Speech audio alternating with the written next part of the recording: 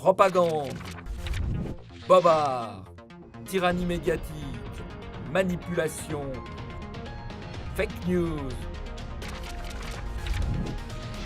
oligarchie, réinfo.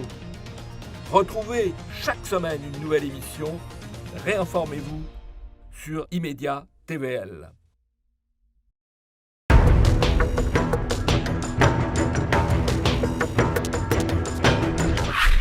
Comment un petit blanc de la France périphérique est-il devenu un champion international de développé couché, le bench, et une vedette de YouTube après avoir été un videur de boîte de nuit à Paris et un petit voyou des stades? C'est ce qu'on va découvrir dans un livre sincère intitulé « Instinct primaire » avec Baptiste Marchais. Baptiste Marchais, bonjour. Bonjour Martial. Merci beaucoup d'être là. Vous réagissez comment à la présentation que j'ai faite de vous ?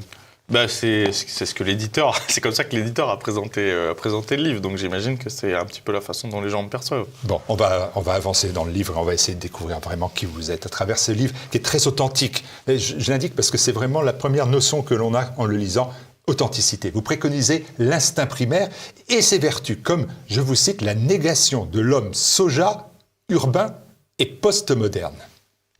Tout ça, monsieur. C'est tout ça, oui. Oui, en vérité, l'instinct primaire, c'est une façon d'aborder l'essentialisme, en vérité. C'est-à-dire de revenir quand même à une part essentielle de nous, à une part de ce qui nous fait avant qu'on se construit. Et donc, il y a une sorte de négation de la culture moderne, effectivement, et de l'espèce de maladie qui pourrait se développer en nous aujourd'hui, en baignant, même avec les idées qu'on a, en baignant dans la culture moderne, dans le monde tel qu'il fonctionne, etc., quoi. J'ai oublié de dire bien évidemment que ce livre est en vente dès maintenant sur la boutique de TV Liberté, sur le site tvl.fr. Votre ouvrage est un guide santé, dites-vous. Un guide santé, un guide de développement personnel. Le développement personnel que vous revendiquez n'est pas, je cite, celui des sous-hommes ni celui des esclaves contents de l'être. Oui, c'est vrai. Alors ça peut paraître un gros mot comme ça, développement personnel, parce qu'il y a quand même beaucoup de merde qui sont vendues sous le titre développement personnel. Ce que je voulais entendre, c'est que ça peut rentrer un petit peu dans ce cadre, puisque c'est un livre qui fait une sorte d'autocritique de ce qu'on est nous, en tant que Français, en tant que gens de droite, ce que je suis moi, etc. Et de comment on peut aller pour s'améliorer, donc effectivement pour se développer. Ce sont mes conseils pour ça. J'utilise des anecdotes personnelles et vécues pour essayer de les imager. Donc j'essaye de parler directement à ma communauté, directement à mon lectorat du coup. Ah mais il y a quand même un guide santé par exemple. J'ai appris qu'il fallait que faire 10 000 pas par jour. Oui, je reprends les conseils d'un collègue youtubeur qui parle de ça, de 10 000 pas par jour. En fait, c'est pas forcément des chiffres nets, précis, en disant il faut faire ci, il faut faire ça. C'est plus une sorte d'atmosphère générale dans laquelle il faut essayer de se mettre, c'est-à-dire d'essayer de se pousser effectivement au mouvement. En fait, il faut aller à l'inverse de la morbidité ambiante. Donc, si on veut avoir une pensée, je pense, c'est une pensée, je pense, mais s'il faut avoir une pensée et un intellect qui va à l'encontre de ce qu'on vit aujourd'hui, mais il faut un corps qui suive, pour moi, et l'inverse de ce qu'on vit aujourd'hui, c'est-à-dire le body positivisme et toutes ces merdes, c'est le sport, la santé, etc. La bonne bouffe. Entre autres.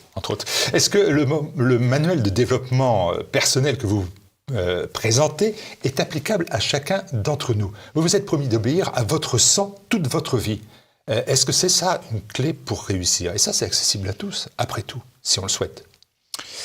Alors après, le débat, c'est de savoir si tout le monde a un sang, entre guillemets, qui vaut l'intérêt d'être obéi. Ça veut pas dire grand-chose, mais quand je parle de ça, je parle des exemples que je prends dans ma généalogie, de points de vue familiaux, d'histoire familiale forte, qui me donne un exemple. Et donc je dis oui, j'ai décidé d'obéir à mon sang parce que je pense que ça m'oblige. Et en fait, effectivement, ça peut se prendre à échelle plus grande, à échelle de pays et de peuples, ou de civilisation. En tant que Français, on a un sang forcément qui donne certaines obligations, je pense. Et interagir aujourd'hui, vivre selon ses obligations, je pense que ça nous aiderait beaucoup. Ouais. Obéir à son sens, c'est accepter son passé, accepter ses ancêtres, accepter l'histoire, la culture de son pays. C'est non seulement les accepter, mais c'est aussi s'en inspirer. Je pense que c'est s'inspirer des valeurs qui nous ont faites, qui nous ont construit, qui nous ont amenés à ce qu'on a été de grand, et aujourd'hui, c'est de les transposer dans la modernité, dans ce qui est possible de faire aujourd'hui, avec notre mode de vie moderne, la technologie, etc. Oui. C'est-à-dire garder ces valeurs et savoir aujourd'hui comment je peux agir pour être en adéquation avec ces valeurs. Vous avez cherché, en soulevant des barres, en vous entraînant avec une discipline, on le voit, drastique, et on découvre aussi dans l'ouvrage combien c'est contraignant, c'est une contrainte quotidienne. Vous avez réussi à vous dépasser physiquement. Est-ce que ça aussi, c'est la clé, c'est-à-dire se dépasser, chacun à sa mesure, mais se dépasser? C'est ça, c'est-à-dire que je prends l'exemple à l'envers. Je pousse pas les gens à aller faire du sport de haut niveau, évidemment pas. Enfin, ceux qui le veulent, évidemment, je les en encourage. Mais c'est quelque chose qui est fait pour une autre petite partie de la population, le sport de haut niveau. Il ne s'agit pas que tout le monde demain devienne un athlète. C'est plus, j'ai pris l'exemple inverse, c'est-à-dire qu'est-ce que ça m'a apporté, moi, ma carrière de sportif de haut niveau, que j'applique aujourd'hui dans ma vie de tous les jours. Et donc, je parle de cette discipline, justement. Je pense qu'aujourd'hui, avoir une discipline de vie pour des gens qui sont de notre courant, de nos idées, c'est extrêmement important. Et c'est pas futile de le rappeler parce que nombreux sont les exemples de gens dans ma communauté ou autour de moi qui, je vois, partagent mes valeurs et mes idées, mais qui n'appliquent pas ces valeurs et ces idées dans leur train de vie quotidien, dans leur mode de vie, c'est-à-dire cette rigueur intellectuelle qu'on a et dont on se pâme d'avoir, elle n'est pas souvent appliquée finalement dans les gestes du quotidien, dans la vie quotidienne. Donc moi, j'ai pris l'exemple de la discipline que j'ai eu et que j'ai dû avoir durant ma carrière, comment je l'applique aujourd'hui dans ma vie de tous les jours, se lever, faire son lit, etc., avoir des horaires, s'organiser pour avoir une vie, voilà, une vie qui soit en adéquation avec notre pensée. Mais vous dites c'est difficile, vous donnez cet exemple que avec vos camarades le soir, vous êtes au Perrier parce que vous vous entraînez à l'époque, ouais. et que c'est pas forcément très bien compris ou accepté. Quand on est sportif de haut niveau, c'est toujours compliqué parce que les gens, ils ont du mal à se mettre à notre place. Mais ce qui est évident, tout ça, c'est abstrait pour eux. Un entraînement en plus, un entraînement en moins, un verre de vin en plus, un verre de vin en moins, c'est pas grand-chose. Mais en fait, c'est sur la durée que c'est important. Et je pense que c'est la même chose sur les gestes du quotidien. Tout à l'heure, vous parliez de la bonne bouffe. Par exemple, manger de bons produits, cuisiner, manger des produits qui viennent de notre terroir, de notre terre, etc. En fait, c'est au quotidien que c'est important. Et je pense qu'il y a trop de gens qui ont le réflexe de dire « Allez, ce soir, j'ai pas le temps, une pizza, c'est pas grave, un kebab de temps en temps, etc. » Mais en fait, c'est dans ces petites choses-là que finalement arrive une sorte de grande décadence longue et lente qui dure tout le long de la vie. Se rythmer, se dire non, comme je le faisais en tant que sportif de haut niveau, et aujourd'hui à échelle simplement de français lambda, se dire non, voilà, moi je cuisine, moi je travaille des bons produits, je refuse l'industriel, je refuse le médiocre. Et en fait, refuser la médiocrité dans son ensemble, dans son corps, c'est-à-dire je refuse d'avoir un corps médiocre, dans ce qu'on consomme, je refuse de consommer du culturel médiocre, dans ce qu'on consomme aussi, dans ce qu'on mange, je refuse de manger médiocre, et ainsi de suite. Je refuse de m'avilir, de ne pas lire, etc. Refuser cette médiocrité dans son ensemble, c'est un enseignement que j'ai pu tirer, moi, du sport de haut niveau, mais qui peut servir à n'importe qui, je pense. Alors, ce livre nous permet aussi de revenir, et vous permet aussi de revenir sur la définition du mot virilité, un mot qui disparaît, au moins des petits écrans. C'est une question qu'on vous pose souvent, et vous répondez en une phrase dans l'ouvrage, la virilité, c'est la domestication de la masculinité. Dominer ses caractères masculins sans les renier. Moi, je parle essentiellement à une communauté d'hommes. Bien sûr, ce livre, il est achetable par tout le monde. J'ai des femmes qui m'ont fait des retours, évidemment, et je pense que même des mères, etc., ça peut être très utile. Mais évidemment, moi, j'ai 96% d'hommes dans ma communauté. Je m'adresse à des hommes, notamment de ma génération, des générations juste avant, juste après. Oui, je pense que la virilité, c'est la domestication de la masculinité. C'est-à-dire, cette masculinité, il y a deux... il faut prendre la base. Il y a deux grands axes de dévirilisation aujourd'hui, culturel et chimique. Aujourd'hui, on le sait, c'est pas moi qui l'énonce, je suis en train de faire découvrir ça au monde. Tout le monde sait que le taux de testostérone libre dans le sang baisse de génération en génération, il baisse même drastiquement. Et culturellement, on a une culture de la dévirilisation. Donc, ces deux axes se rejoignent aujourd'hui. Pour ceux qui n'ont pas encore été complètement dévirilisés chimiquement, entre guillemets, ils ont en eux forcément des instincts masculins, et donc des instincts primaires finalement. Masculins, ça peut être le besoin de se reproduire, ce qui fait qu'on est excité quand on voit une belle femme, etc., des accès de colère, tout ce genre de choses. Quand ça sort tel quel comme ça, c'est la masculinité brute. C'est ce qu'on voit dans certains comportements tribalistes, etc. Pour moi, ce n'est pas la définition de la virilité. La définition de la virilité, c'est sans nier cette part de nous, ce qui est aujourd'hui la culture de la dévirilisation, c'est nier ça, dire ça n'existe pas, ou je le renie, ou c'est mauvais. Donc sans nier ça, c'est l'accepter, mais le domestiquer. Qu'est-ce que je vais faire de cet instinct, de ce besoin de se reproduire, etc. En fait, je vais garder ma chasteté catholique, respecter les commandements du Seigneur et m'en servir pour être tout simplement alors ça peut paraître un gros mot, un reproducteur, un père de famille, voilà, tout simplement.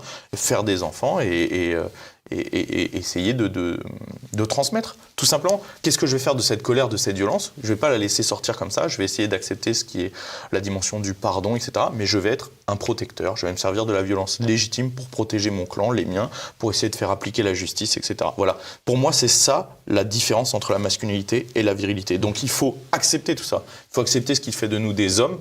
C'est pas répugnant, c'est pas honteux. Il n'y a pas d'histoire de tous les hommes sont des violeurs ou toutes ces saloperies. Mais entre ça et être un rappeur, vous voyez, être un mec des clips de rap, il y a, je pense, un juste milieu qu'il faut adopter. Et je crois que c'est une grande part de notre civilisation. Un juste milieu. Regardez la une. On la regarde à nouveau du livre. Oui, c'est vous. Mais là, vous dites dans l'ouvrage, je revendique la visibilité tranquille, la virilité, pardon. Et la visibilité, on va la voir là, mais la virilité tranquille des stoïciens.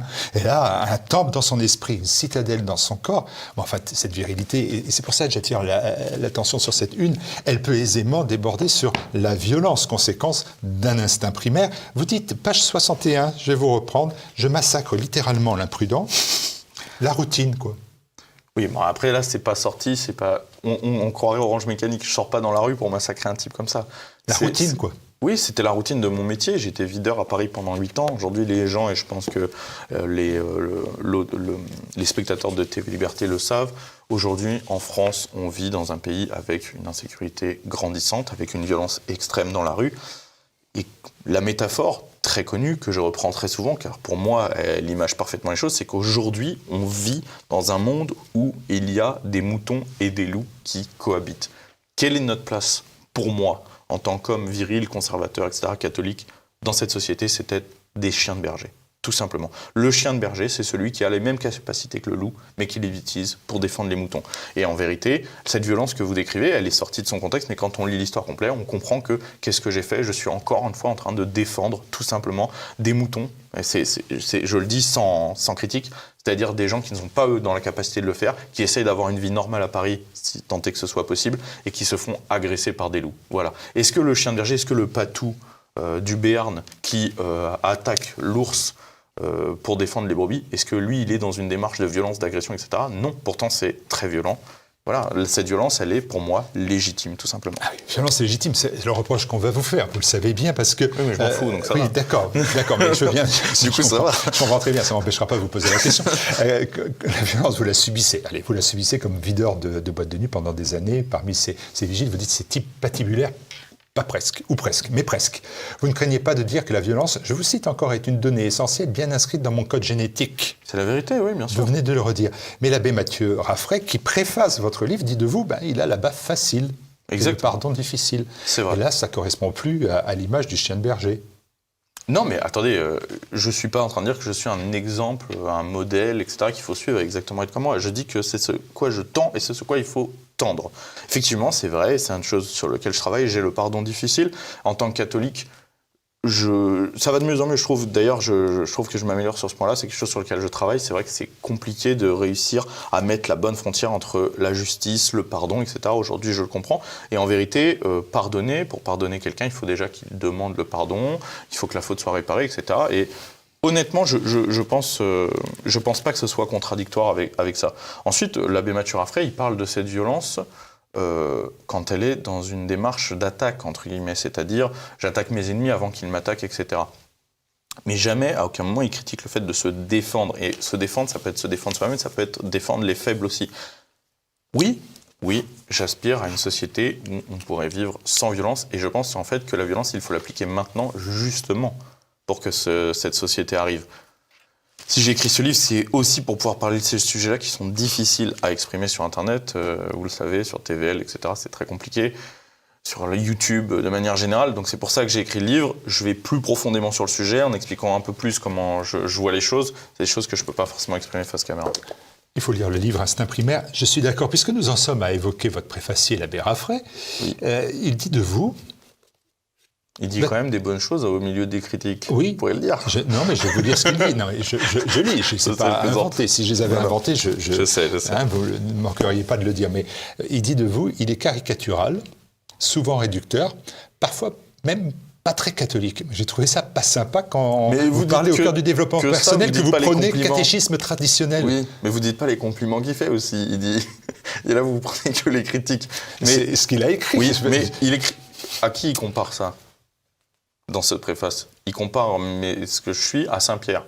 Alors je ne suis pas du tout en train de me comparer à Saint-Pierre, mais il explique justement que Saint-Pierre était apparemment plus ou moins comme moi, ou c'est moi qui suis comme il était, etc., qu'il avait ce genre de défaut, que ça ne l'a pas empêché d'être notre Saint-Père, de devenir le Saint-Père de l'Église. Donc, effectivement, c'est vrai que certaines personnes, je pense, me voient comme une caricature, et je l'accepte, c'est pas grave. Dans un monde où il y a des extrêmes d'un côté, je suis peut-être l'extrême de l'autre côté. Moi, je le cultive pas spécialement. Je sais que ça peut être ce qu'on pense, je le cultive pas spécialement, et même, moi, je me trouve pas tellement caricatural, parce que déjà, si j'étais caricatural, j'aurais pas écrit ce livre. Je veux dire, la caricature du gros beauf musclé avec les cheveux gominés, c'est pas un écrivain. Donc, si je m'essaye à ça et que j'essaye de faire un ouvrage... La caricature, c'était sur la virilité et la violence. C'était cette frontière-là qui est difficile, que j'essaie d'établir avec vous. Moi, c'est vrai que... Enfin, je ne m'inscris pas, je ne dis pas que je suis le meilleur des catholiques. Personne ne l'est, d'ailleurs. Tout le monde pêche et...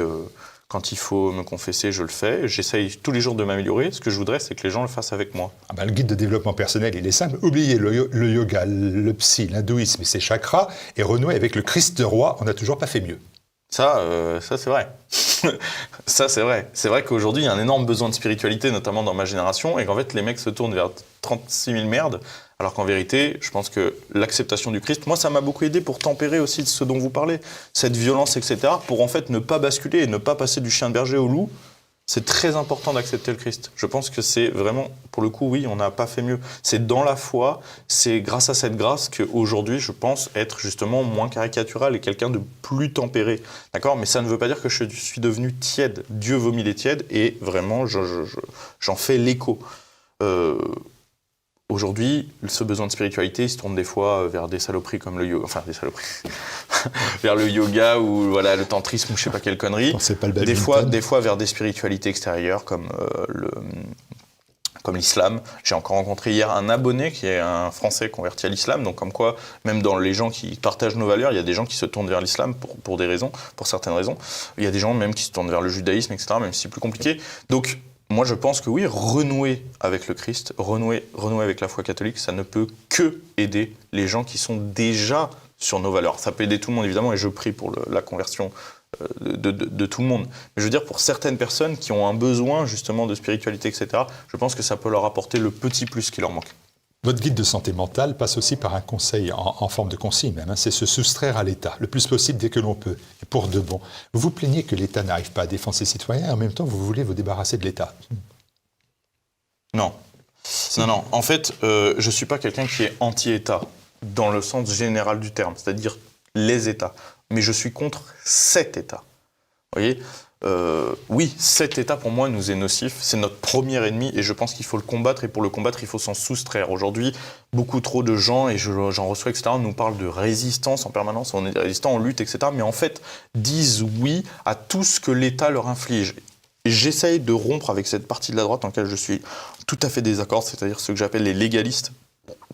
Excusez-moi, ceux qui veulent changer la loi pour qu'elle leur corresponde. C'est-à-dire, je ne suis pas d'accord avec cette loi, et je prends l'exemple du Covid parce que c'est un meilleur exemple.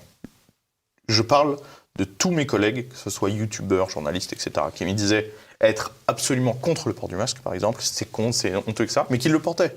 Et en fait, qui luttaient pour que la loi fasse que ce ne soit plus obligatoire de le porter. Moi, je dis, arrêtez d'abord de le porter et changez la loi après. Tant que vous vous soumettez, l'État se fiche de ce qu'on dit. On le sait aujourd'hui. L'État se fiche de ce qu'on dit. Vous pouvez faire des pétitions, des manifestations, des partis politiques, etc. Ça fait 60 ans que ça va de mal en pire. On est d'accord. Donc aujourd'hui, si on veut être des résistants, etc., et même pour soi, pour se développer, il faut s'extraire de ça. Tant qu'on vit sous le joug de l'État, tant qu'on est soumis à la dictature de la pensée moderne, finalement, on est restreint dans cette capacité à devenir un résistant, que ce soit mental, intellectuel, physique, etc. Vous êtes en fait un révolté contre le monde moderne. Oui, vous êtes un c'est la vérité. On vous traite de facho, on me traite de facho, et vous avez apporté des réponses que je conseille de lire et de bien lire. Mais en fait, non, vous êtes un réac. Afficher ses couleurs, c'est gagner du temps. Vous dites, oui, vous êtes un réac. Ouais, moi je suis vraiment en révolte contre le monde moderne, je trouve que c'est la vérité, entre la pensée moderne, etc. Mais cette révolte, je l'exprime dans ma façon d'être tous les jours, c'est pas seulement, et c'est tout le sujet de ce livre, ce n'est pas seulement au moment de mettre un bulletin dans l'urne, c'est pas seulement au moment de mettre un like sous une vidéo de TV Liberté ou un commentaire ou dans ce que d'acheter un livre. C'est pas que ça. Ce que je veux, c'est que les gens expriment leurs valeurs, etc. et leur révolte dans leur vie de tous les jours pour créer une nouvelle élite, justement quelque chose, un front qui soit capable réellement de faire face aujourd'hui à ce qu'on vit. Alors, encore une fois, c'est très compliqué de parler de ce genre de sujet, de ce que je préconise notamment pour s'extraire de l'État, parce que là, je sais déjà les commentaires qui vont arriver, oui mais les amendes, oui mais la justice, etc. Oui, les réponses elles sont dans le livre, je peux pas vous les donner là tout de suite. Il faut le lire. Voilà, ah oui, non mais c'est la vérité, marketing. je veux dire, déjà c'est du marketing c'est vrai, mais c'est la vérité, ce sont des sujets qu'on ne peut pas aborder sur internet sans vivre la censure, donc c'est exactement ce pourquoi j'ai écrit ce livre. Dans cet ouvrage, vous déclarez que vous ne savez pas si vous êtes pro-américain, mais vous avez adopté le Texas. On a eu cette discussion ici Plusieurs fois, longuement et en direct pour les téléspectateurs. Et donc, je ne vais pas redémarrer sur tout ça. La seule question que je me pose, c'est que, est-ce que finalement... et la question est finalement différente. Est-ce que le Texas n'est pas votre tentation de Venise? C'est-à-dire la tentation du Texas, la tentation de Fort Worth, mais l'idée, c'est d'y aller, mais il y a une impossibilité, c'est parce que vous aimez la France. C'est compliqué, je pense qu'il y a beaucoup de choses qui m'ont retenu ici parce que c'est pas si simple, j'ai beaucoup de travail ici, j'essaie de faire du mieux que je peux, et puis je pense qu'au fond on a tous effectivement une petite espérance, même si je pense que ce livre et ma pensée est extrêmement pragmatique sur l'avenir, etc. Je fais très peu de sentiments et j'essaie de mettre très peu de sentiments dans ma pensée. Oui, il y a peut-être la foi qui guide, etc., qui se dit, mais vous savez, la meilleure façon dont j'ai pu expliquer cette chose, c'est que j'ai trouvé une contradiction totale entre le fait de vivre en adéquation avec mon sang, comme on parlait tout à l'heure, et le fait de vivre sur ma terre. En vérité, aujourd'hui, c'est impossible, et je défie quiconque de me le montrer, c'est impossible de vivre libre en France. C'est impossible de vivre selon les valeurs de notre sang, c'est impossible de transmettre l'héritage de nos ancêtres sur cette terre. C'est impossible. Vraiment, qu'on ne vienne pas me dire oui, mais moi, c'est faux. On ne nous en laisse pas la possibilité. Donc j'ai décidé de savoir qu'est-ce qui était le mieux, rester sur ma terre et trahir mon sang, ou rester fidèle à mon sang et trahir ma terre. Et c'est ce que j'ai choisi et je pars dans un mois. Donc on peut ma terre, finalement... Mais il manque de liberté, mais de l'autre côté, il y a nos terroirs, il y a nos viandes, notre gastronomie, une contre-culture à droite qui est possible et que vous incarnez, vous avec beaucoup d'autres, mais vous aussi, une aristocratie populaire que vous voyez poindre comme nous dans des manifestations courageuses, viriles. Ça ne fait pas assez de contrepoids finalement. Si, mais je suis rentré dans une autre démarche stratégique. En fait, pour moi, tout ça est utile, effectivement, et pas du tout incompatible avec le fait de s'expatrier, de s'extraire. Quand je parle de s'extraire de l'État, c'est par tous les moyens possibles. Ça peut être dans le fait de vivre en autarcie sur le territoire français, autant que ce soit possible, même si c'est très compliqué. Moi, c'est absolument impossible par rapport à mon activité. Ça peut être l'expatriation, ça peut être ce genre de choses. C'est-à-dire que moi, je suis rentré dans cette stratégie. Effectivement, il faut créer une élite, une nouvelle aristocratie, etc. pour certainement des événements futurs dont je parle dans le livre.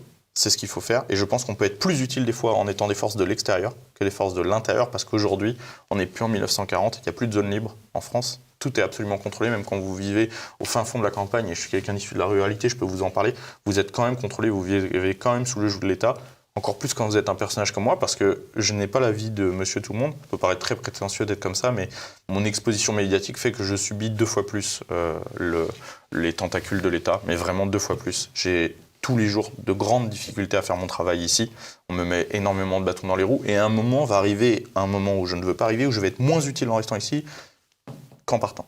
C'est-à-dire qu'en restant ici, je n'aurai plus assez de débattement pour pouvoir être utile. C'est ce qui est en train de se passer. On me coupe l'herbe sous le pied et c'est de plus en plus compliqué. Donc aujourd'hui, je décide de partir parce que je pense sincèrement être plus utile, plus libre, etc. en partant, plus utile pour l'avenir de ce pays pour pouvoir y revenir plus tard. Encore une fois, c'est des choses qui sont complexes parce que je navigue entre ce que je peux dire ou pas à l'écran et c'est une des grandes raisons qui m'ont fait écrire ce livre pour pouvoir être totalement honnête, totalement transparent sur ce que je pense vraiment de l'avenir de ce pays, de comment il faut œuvrer, ce qu'il faut en faire. Ça va être difficile de transporter Bench & Cigar au Texas. Non, pas tant que ça. Un repas autour d'une côte de bœuf de Salers et puis d'un seul coup autour d'un burger sorti d'une ferme de 100 000 vaches. Bon, déjà, c'est absolument pas le Texas, ce que vous venez de décrire. Ça, c'est la vision, encore une fois. En fait, dire que le Texas, c'est les fermes de 100 000 vaches et les burgers, c'est comme si j'étais étranger, que je vous disais, la France, je connais, c'est les mecs en trottinette électrique, non, mais en vous êtes à Fort Worth. Non, Fort Worth, c'est un non, parti. Je suis pas, déjà, non, mais vous déjà, êtes, je ne suis pas à Fort Worth. Voilà, mais Fort Worth, c'est un zone qui reste authentique, mais enfin, c'est Houston à côté, ça n'a plus rien d'authentique. Houston, c'est comme Dallas, c'est comme Paris. C'est comme de Paris. Voilà, ouais, c'est ça, exactement. Paris. C'est ça, c'est comme Paris. Est-ce que ça vaut le coup? J'y vis pas, moi, à Paris. C'est la même chose. En fait, là, je ne vais pas rentrer dans ce débat parce que je trouve qu'il est inintéressant, mais la vérité, c'est que le Texas, c'est un État libre, 1000 fois plus libre que la France. C'est un État qui a mis sa culture rurale beaucoup plus haut et qui présente énormément d'avantages. Pour moi, après, j'invite pas les gens à aller vivre au Texas, chacun fait ce qu'il veut. Par contre, là où je veux rebondir, c'est sur ce que vous avez dit. Est-ce que Bench & Cigar, c'est possible de le transposer au Texas parce que la côte de bœuf de Salers, on la trouve pas, etc. Mais en fait, on s'en fout. Justement, Bench & Cigar, c'est pas la côte de bœuf de Salers, c'est une action, c'est des valeurs, en vérité. Vous voyez, on sent ça, la gastronomie, etc., tout ça, c'est matériel, c'est tout ce que ça représente qui est important. Et en fait, être français, au même titre qu'on dit, parce que des fois, j'ai l'impression que la droite tombe dans une dichotomie qui est incroyable. C'est-à-dire que vous avez des étrangers qui vivent en France depuis des années, selon les coutumes françaises, etc., et il y a une grande partie de la droite qui leur dit, et à juste titre ou pas, je ne suis pas en train de critiquer, vous n'êtes pas français c'est dans le sang. Mais alors par contre, quelqu'un donc comme moi qui est français, j'ai fait ma généalogie jusqu'à 1708 entièrement français, et qui parle étranger, il n'est plus français là. Je comprends pas, c'est quoi? C'est le lieu ou c'est le sang? Faudrait savoir. Quand c'est les étrangers, c'est le sang, et alors quand c'est les français, c'est le lieu? Moi je crois pas. Moi effectivement, je suis d'accord avec ces gens, je pense qu'être français, c'est une question de sang, de tradition, de valeur. Je pense pas que les Français, par exemple les Pieds Noirs d'Algérie, n'étaient pas français. Pourtant, il y a des familles qui ont vécu toute leur vie en Algérie, jamais en France. Donc alors, quel est le débat? Parce que l'Algérie était française à l'époque, donc c'est qu'une question d'État. Moi, je suis désolé, je ne me définis pas français en fonction de qui gouverne de la République, etc. Et alors, allons plus loin, on peut pousser le truc jusque-là. Vous savez, l'endroit où je vis au Texas, c'est l'ancienne Louisiane française. Donc quoi, alors j'aurais été français en 18e siècle et aujourd'hui, je suis un Américain. Je comprends pas bien, en fait, le raisonnement. Vous voyez, je suis français dans le cœur, dans le sang, je suis français parce que je porte cet héritage et je le porterai, peu importe où je vis, et j'œuvre, et je pense, et peu importe les gens pour me traiter, m'insulter, dire que je suis vaniteux, mais je défends 100 fois plus le pays que les milliers de personnes qui me crachent à la gueule et qui restent ici sans ne rien faire. Et justement, je le prouve tous les jours dans ce livre. Vous l'avez dit, parce que vous l'avez lu, vous avez dit c'est entièrement moi, etc. Je triche pas, je mens pas. Il n'y a absolument aucun mensonge dans ce livre. Et je pense qu'il y a un paquet de personnes qui, en le lisant, et c'est les retours que j'en ai, se rendront compte de tous les sacrifices que je fais chaque jour. Et je suis en adéquation totale avec ma pensée, avec mes idées. C'est pas le cas de tout le monde et c'est ce que j'essaye justement d'insuffler. Merci Baptiste Marchais. Merci vous aimez Bench & Cigar, vous serez mieux informé, vous pourrez mieux découvrir Baptiste Marchais. Je vous invite donc à lire cet ouvrage revigorant pour retrouver notre instinct primaire, alors. J'espère. Et je l'espère. Franchement, ce livre, je l'ai écrit pour... C'est pas de la critique, etc. C'est de l'autocritique, évidemment, mais je l'écris pour qu'on s'améliore. Si j'ai à cœur que les gens, etc., s'améliorent, c'est bien parce que j'ai l'espoir qu'on puisse faire quelque chose. Donc c'est un livre qui, pour moi, rentre dans la stratégie que je livre tous les jours. Merci à vous. Merci.